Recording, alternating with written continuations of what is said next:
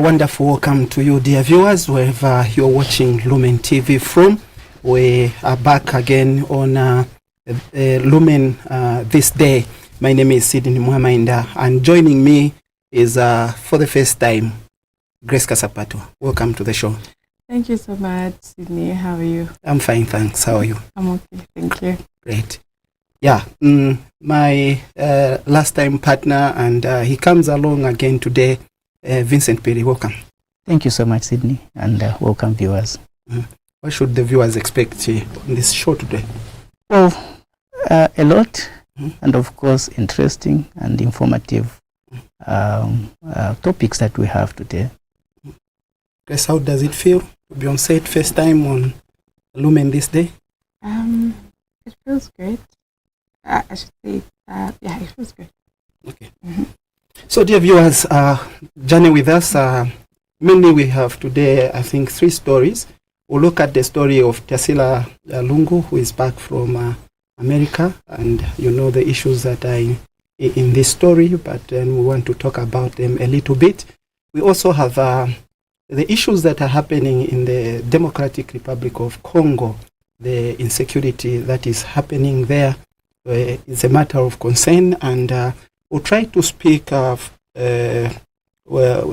an official from the Forum of Parliaments of the International Conference on the Great Lakes region in Congo, in Kinshasa, an official from there, to hear what exactly is happening on the ground and what could be the background to these conflicts or insecurity that is happening in Congo.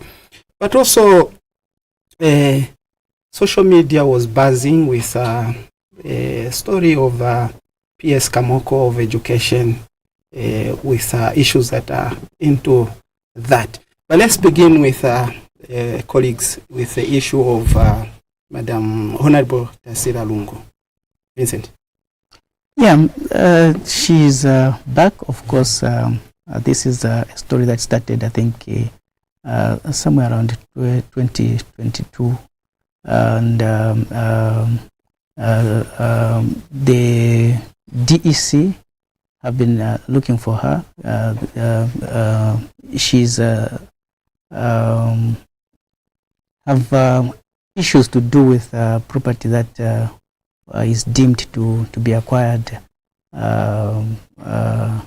Yeah, the property that the DEC feels not properly acquired, and so she has been on the wanted list. And I think at some point they called for her to appear, but she couldn't appear. And later on, I think last year, again, the DEC was actually trying to inquire about her availability, and it was discovered that she was out of the country. She went to the USA, and yeah, she was expecting a baby. And while there, she actually delivered, and now she is back. So she arrived yesterday, and just yesterday itself, she was supposed to appear for the same charges that were against her. But yeah, she asked that she appear today. So she's likely to appear today and face the charges that are laid before her. Grace, what do you make of this story? In Tasila's response, as she arrived at the airport, she said she was just trying to be a mother. So we don't know how she's relating that to the story where she's being questioned by the DEC. Quite interested to hear more about it. Yeah. Yeah, so like your colleagues have said, what I saw also is that I think Parliament gave her leave. She was on maternity leave, and I think when you're on leave, you decide where you want to go. But one thing that we need to commend her is that at least she's come back and she's ready to face the charges. The other day we were talking of the story of one who ran away and hiding, but she's come. She's ready to face her charges, and hopefully we hope that they come to a close. Yeah, it may take time, but it's good that because they say justice delayed is the justice denied. Yeah. So the quicker, the better, and great that she's back. Yeah. And the people of Chawama constituency, obviously, they need her in parliament. She's a people's representative. Yeah. Yes. Okay. Is that all you have on that? Maybe someone, one of you is itching to add something. On that one, no. On that one, no. No, we're just waiting for the final saying from the DEC. Currently, we cannot say anything because we are not sure of what is actually going on. We don't even know if the charges is being questioned for are actually correct, or maybe they are correct, but are they? Is she going to be found guilty or not? We do not know, so we cannot say much about it. Yeah. But one thing again to bring out perhaps is that the former First family, I think people have been raising concern that they are being followed up rather maybe too much. So in your eyes, is it fair? Well, it is not fair, so to say. It is. I think it's a double kind of situation where it may be fair to some people, but really not fair to others. Because look, these are people that were once leaders, and now they are in the opposition. Yeah, and so what may be good to others may not necessarily be good. But I think, like we said earlier on, I think if there is issues that the police or the DEC wants to find out, I think it's good that they come in and clear them, because at the end of the day, what is more important is that they are cleared and they are free people.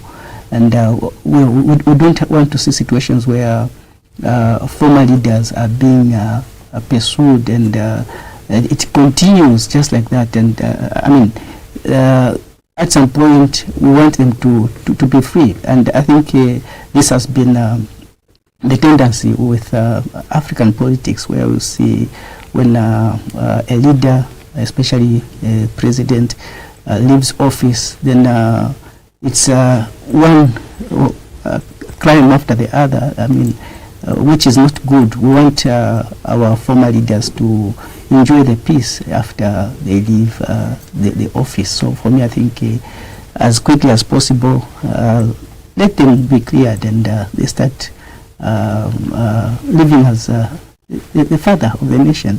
Because at the moment, I don't think we have the father of the nation. So yeah, as quickly as possible, they start taking up certain laws that are being respected, because at the moment we have situations where every time in the media there is the former president this and what. We don't really need such kind of situations. We want our former leaders to be respected. Okay. So on that, yes. I would like to ask Vincent. You said they must be left to enjoy the peace. What if really they had some issues that they need to answer? How would, if we're going to be letting go people that are actually doing wrong? I'm not saying they're doing wrong, but I'm saying in a case where a leader is actually wrong in this case, and then just because they're a leader, they're supposed to be let go and enjoy the peace. Is that correct? No, actually, I didn't say. I said as quick as possible. Okay. Their cases are dealt with, so that if they are found guilty, maybe but if they are not guilty, then let them live their normal life. Because after they leave office, maybe 3, 4, 5 years after, they are still being persecuted, which is not good for me. I think immediately leave office. If there are cases, let them be dealt with, and quickly. If they will be taken to prison or whatever, let them be taken to prison and face the charges. But if they are found to be with no case to answer. Let them have a free, let them be free like any other person. Okay. Yeah, so I think what we are saying is that when people are in leadership, they should be there to save. Many times, like you said, that in Zambia we have these cases recurring. Once there's a regime change, then you see these people who are in government are being persecuted, are being followed up, they are being told these cases, you have this case, you have that case, you go and appear here and there.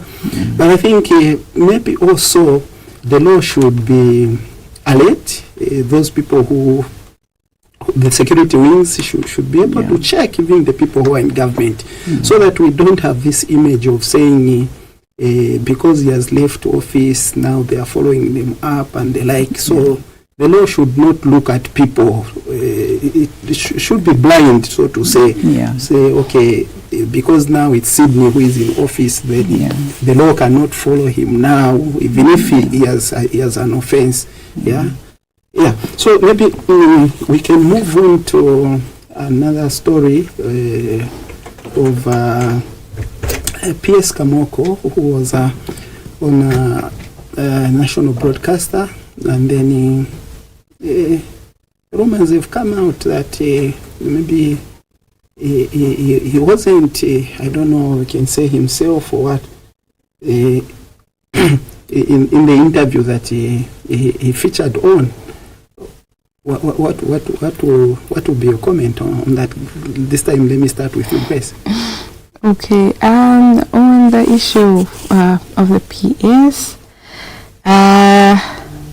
maybe I need to be clear in case there are people who have not heard this story. PS Kamoko appeared on an interview on ZNBC, should be Sunday, Sunday main news, and then people are saying he looked to be intoxicated. I think with that now, I'm not sure. I don't know whether any test was done. I don't know how people are able to tell that he was drunk or whatever, but that is the discussion that is there. Your take, Grace. Okay, so my take on this case, I was actually expecting the PS to give an official statement defending himself, to say he wasn't actually intoxicated. But if he was, that was a case of lack of professionalism, because you don't go on a national TV and then you look in a certain way because it is said you'll be addressed according to how you appear. So I believe people are actually addressing him according to the way he was looking. And then people concluded that he was intoxicated, which was very bad if he was. But if he wasn't, I think he should clear the rumors that are going around, because people will start saying, no, the national broadcasting is not showing they're not really producing good content on TV, because that was national news and it was the main news and everybody else was waiting, and then they just see somebody that looks intoxicated, as everybody is saying, which is so sad. Vincent? For me, Sydney, I think I look at it this way. He was intoxicated. Well, that not really something that we can prove, but I think if it is someone that we know, we've spoken with him before, and then we are speaking to him today, he's appearing sounding this way, then you're able to tell that there is a problem here.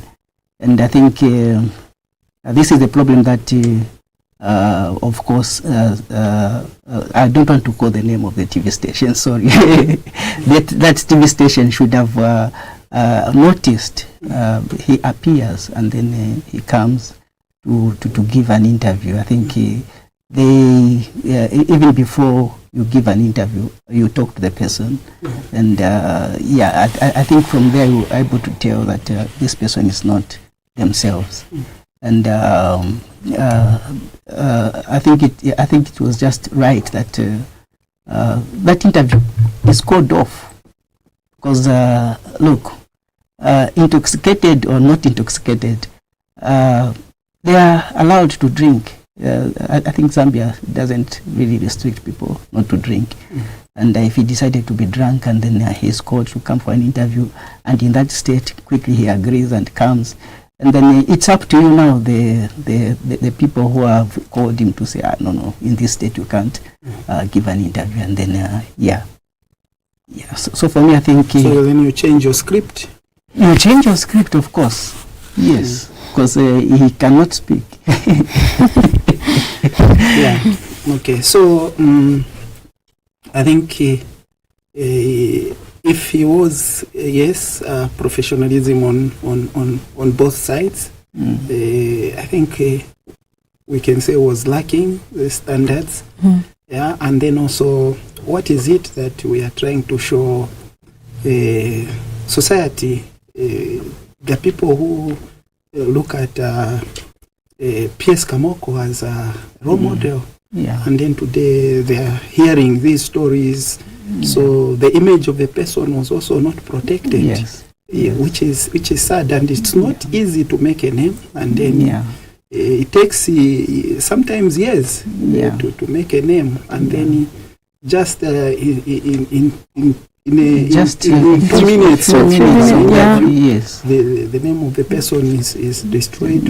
We hope not for P.S. Kamoko. And it's so unfortunate that he's actually the PS for education, you know, and then you appear in such a state. It's so unfortunate because as it is said, education is the key. And then the leaders that are supposed to show us our role models, then they're appearing like that on the screens. What are the children going to learn from that? I'm sure they'll be like, no, even though I get drunk, I can go to office, because I saw him on TV and he was like that, which is really, really bad.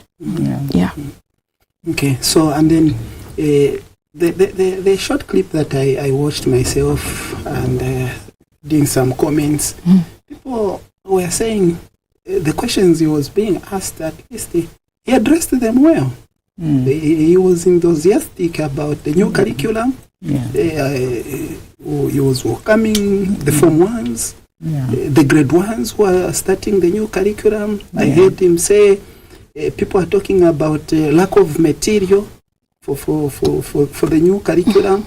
He was saying instead of going manual, we've gone electronic. The syllabus, is it the curriculum is in schools electronically, in soft copies and the like.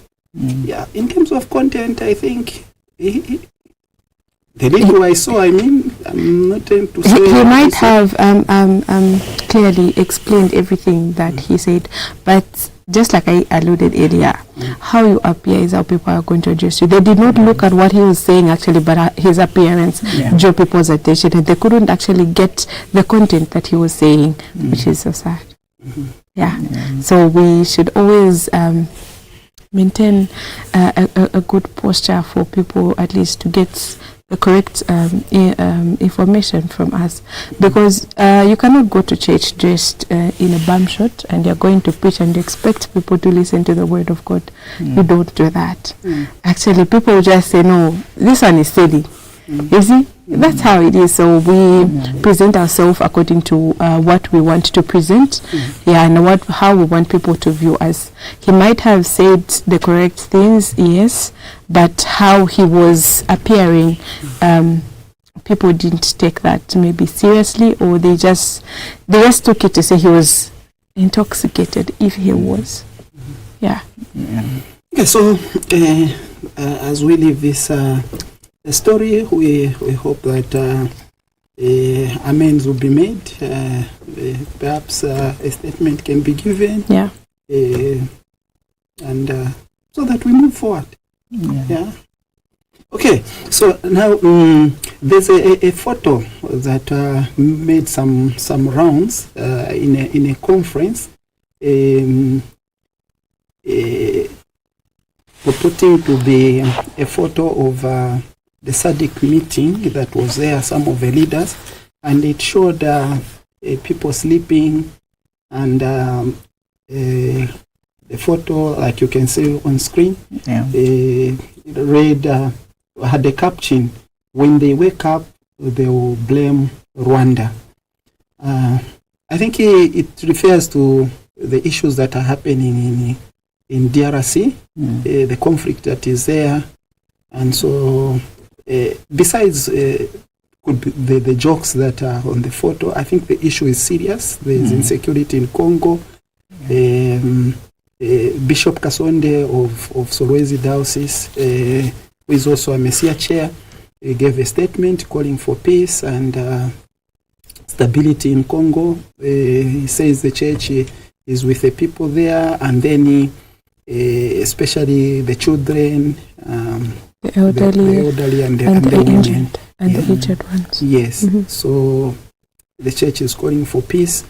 But also, like we said already, there was a summit hosted by Tanzania over the weekend. I think 14 countries were represented. There's some resolutions that were made, all meant to call for peace. Anything that you want to say, maybe from what you've seen, what the resolutions were? Is it? Well, yeah, okay, to start with, the conflict that is happening is a really sad situation, because like I think we heard a lot of people are affected, and people have died already. Some were breadwinners, some were people in school and so on, and just losing lives like that, I think something that is really, really sad. And I think something that really need solutions to be made so that the conflict is put to a halt. Yeah, because look, Congo is not very far from where we are. We are, in fact, I think the biggest neighbor that we have around. And if Congo is affected, Zambia is also affected. And so I think solutions should be quickly found, and that can actually help. Hello, I think online now we have Mr. Ronald Mwewatembo from the Forum of Parliaments of the International Conference on the Great Lakes Region. He is the Program Manager, Peace and Security, Democracy and Good Governance. He's also Acting Secretary General of the Forum. Mr. Tembo, good morning. You are live on Lumen this day. Good morning, Mr. Momainda, and I'm glad that you have invited me for the program.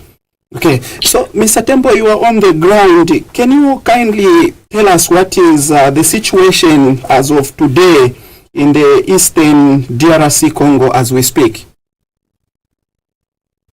Thank you so much, Mr. Momainda. Thank you so much, viewers. The situation on the ground is pretty the same. As you are aware, not too long ago, the M23 rebels, that is a coalition of the River Congo Alliance, captured the city of Goma, which is the economic hub of the eastern part of the country. As you are aware, the eastern part of DRC has 3 provinces, which is North Kivu, of which the headquarters is Goma. Then we have South Kivu, the headquarters is Bukavu, and then we have Ituri province, whose headquarters is Ituri itself. So the situation is bad, such that hundreds of, tens of thousands of innocent civilians have been displaced. Social amenities have been disrupted, like hospitals. As I speak now, I think the hospital, one of the biggest hospitals in Goma, is actually now requesting for blood donations because of the injuries that were sustained by thousands of civilians. Then even food supply in the city of Goma has been disrupted, although the alliance of the M23 rebels declared a unilateral cease agreement, but reports on the ground suggest otherwise. Indications are that with our colleagues on the ground point to the fact that the M23 rebels, which is the alliance of different rebel groups there, is advancing towards Bukavu, which is the provincial headquarters of South Kivu. So as I speak now, there are reports. I was just monitoring international media outlets a while ago. So reports are that the M23 rebels are in a city called Nyabibwa, which is on Lake Kivu, which is almost 70 kilometers from Bukavu. So it means that even the unilateral ceasefire declaration which was made has been broken, and we have noted as a forum that there are a lot of these ceasefire agreements and truces that have been signed in the recent past, but along the way they are systematically broken. So we are hoping that things could normalize, especially with the recently held joint summit of the SADC and East African Union, to which a communique was issued, and we're hoping that those decisions that were made will be fully implemented for the sake of the suffering majority on that part of the DRC. Okay, Mr. Tembo, just in few seconds, what is the background of this conflict? Yeah, the background of this conflict, M23 rebels with the government of the DRC, dates back to 1884 to 1885 during the Berlin Conference, where they put up these artificial territorial boundaries. So when you look at the history of Rwanda, part of the DRC in those old days before the Berlin Conference was part of the DRC, which is the eastern part, was part of Rwanda. So when those demarcations were done, so the Tutsis who are now found in Rwanda were found to be on the part of the DRC. So where did this conflict come from? Remember in the 1993, when Rwanda was being led by Juvenal Habyarimana. So there was this transitional government, there were these constitutional reforms that wanted a civilian-led government. And then in 1993, under the Arusha Peace Agreement, a transitional government was established, and which was led by Juvenal Habyarimana. So in 1994, when Habyarimana, together with the then Burundi president, who are Hutus by tribe, were involved in a plane crash, I think this orchestrated genocide by the extreme Hutus. And in 1994, about April, so you'll find when the Hutus were defeated by the Rwanda Patriotic Front, most of them crossed the border to the DRC.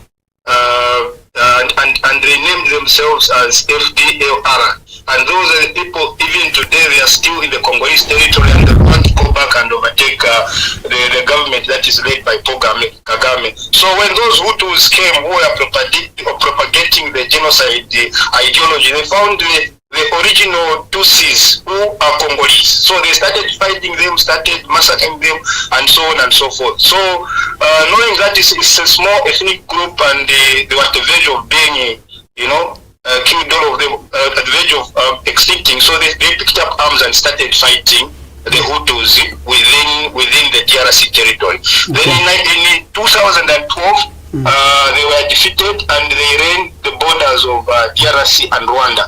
So they were there for almost 10 years, and in 2022, they remained now with a different strategy, with different weapons, and so on and so forth. And these are the same M23 rebels now who are trying to destabilize the DRC in the eastern part, and they have now captured most of the strategic towns in the eastern part. Mr. Tembo, thank you very much for joining us live from Congo. Always a pleasure. Thank you so much. Bye, thanks. So, colleagues, dear viewers, that was Mr. Ronald Mwewa Tembo. He is a program manager, peace, security, democracy, and good governance for the Forum of Parliaments of the International Conference of Great Lakes Region. He's Zambian working at the forum. Colleagues, we have heard the background, we have heard how sad it is. Yeah, and we can only wish, like Bishop Kasonde called, like all of us, we wish and feel with the people in Congo that peace can be restored in Congo. Yeah, that's true, because these leaders never realize the impact of the damage they actually cause when they are actually planning these conflicts. Then they have their families secured in a safe place, and here is a person who has no good connection to the people, to the leaders, and then they are actually the most vulnerable, and they're the most injured, they're the ones that are actually in those compounds, and yet them and their families, they're actually very much safe. It is so unfortunate. Vincent? Unfortunate, Sydney. We heard that the unilateral peace agreement are not being followed on 2 occasions, so I think this is really sad. We only hope that anyhow peace should happen in that region, so that Africa, Southern Africa is at peace again. Yes, indeed, dear viewers, that is a source of concern, because when your neighbor's house burns, you also get worried because the fire can catch up with you. We pray that doesn't happen, and that security can come back to Congo. Until next time, that will be Thursday when we come back on this program. From me, Grace, and Vincent, it's bye.